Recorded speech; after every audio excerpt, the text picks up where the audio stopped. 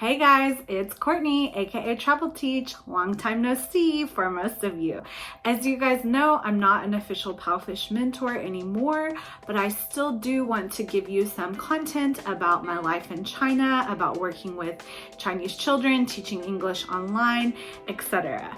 So today the content that I have for you is not necessarily based just about PalFish, but could be beneficial for you no matter what platform you're working on. I live in Zhengzhou, which is in Henan province in China, and in addition to working online as an ESL teacher, I also work in an international department in a public high school here in Zhengzhou.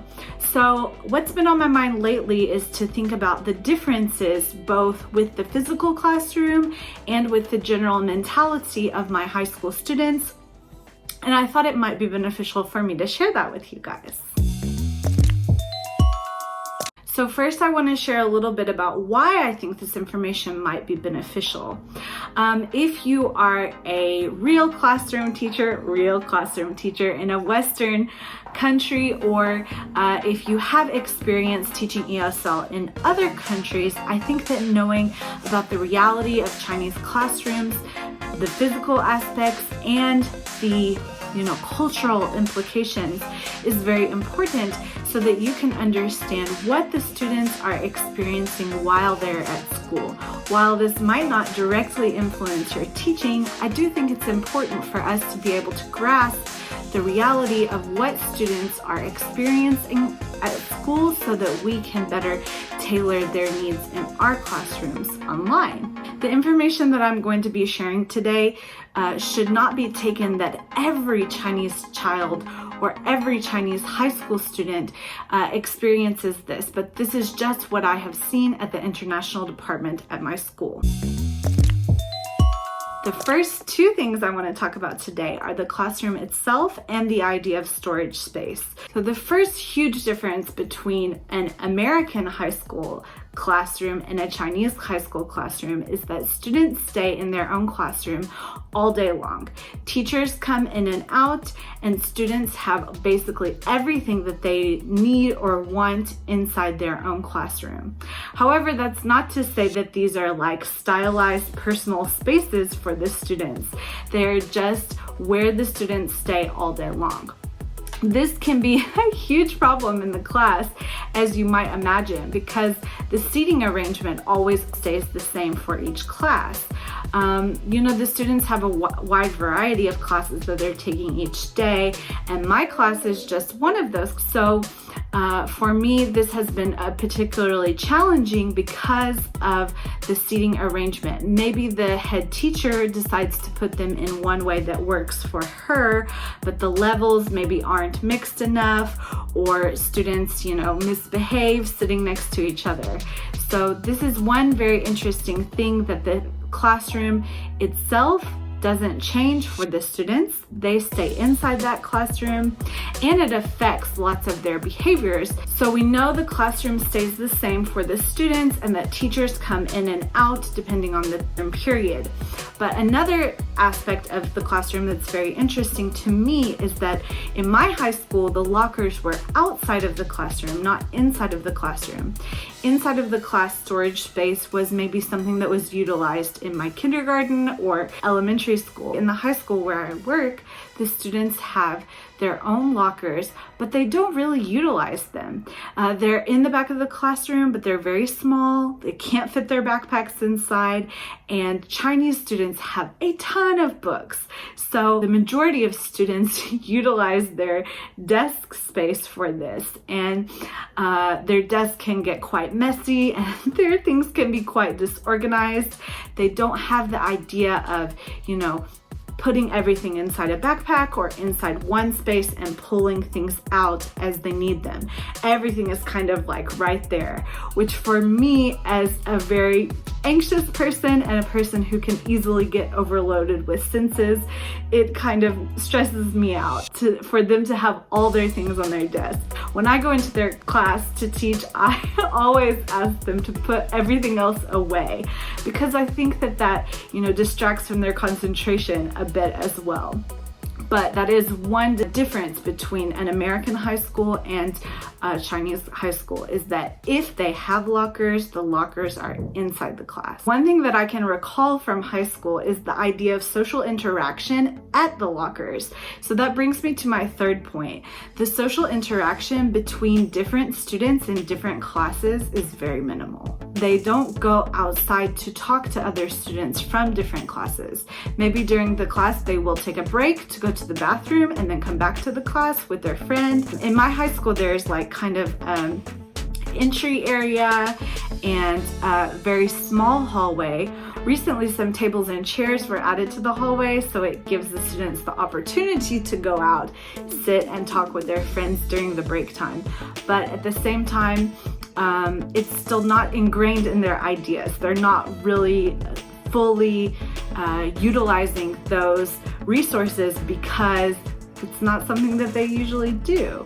So it's very interesting to observe that students generally don't socialize very much outside of their classmates. On that note, another interesting thing that I found too is that students are less likely to call each other in English by the name friend rather than classmate.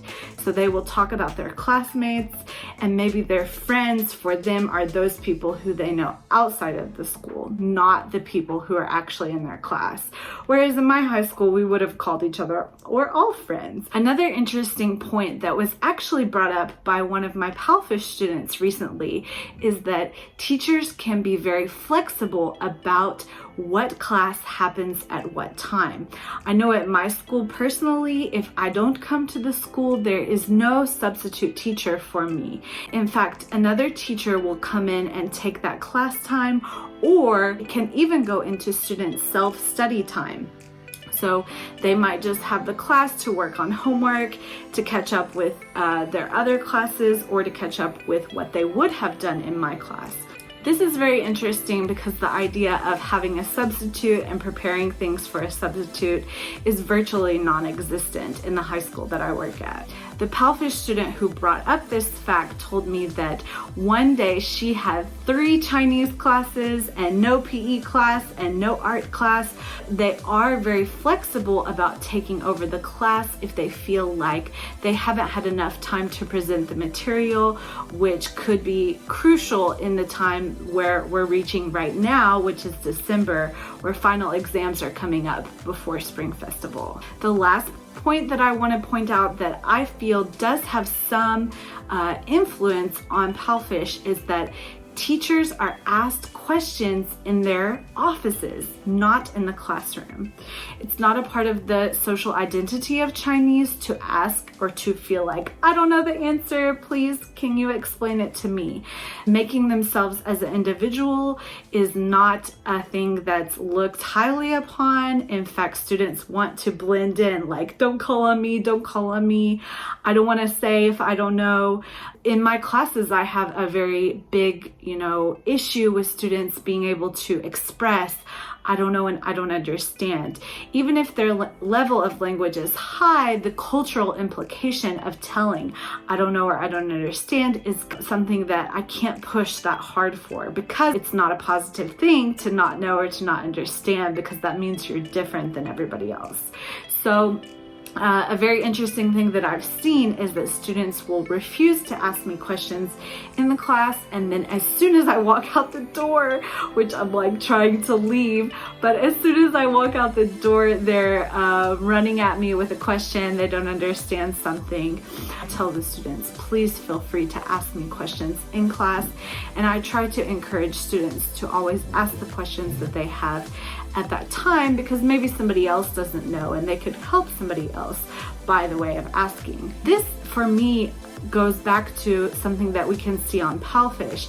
A lot of people have had some frustrations with parents not expressing that they want the teacher to do something different in the class, even when the teacher asks the parent if they see the parent in the class. So it's their social norm to not disrupt the class time with maybe even a complaint or something that they want to be done differently. And maybe this is why you can see a parent messaging you after the class, even if you think everything's gone perfectly. Of course, this is my own personal opinion, and the situation can vary student to student, teacher to teacher, but this is one thing that we can consider about the different cultures in our classes. So to wrap up the notable differences in Chinese classrooms, our students stay in the same class and the teachers come and go. There are no lockers, or if there are lockers, they are tiny and inside the classroom. Students don't have a lot of social interaction with other students that are outside of their own class.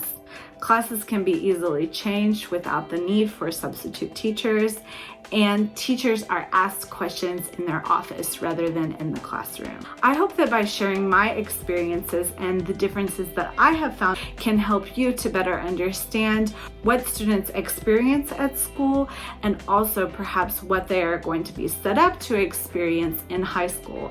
As we know, most of our PalFish students are middle school or elementary school students. Thanks for watching. Don't forget to like and subscribe to my channel for more great content. Have a good one, and I'll see you next time. Bye.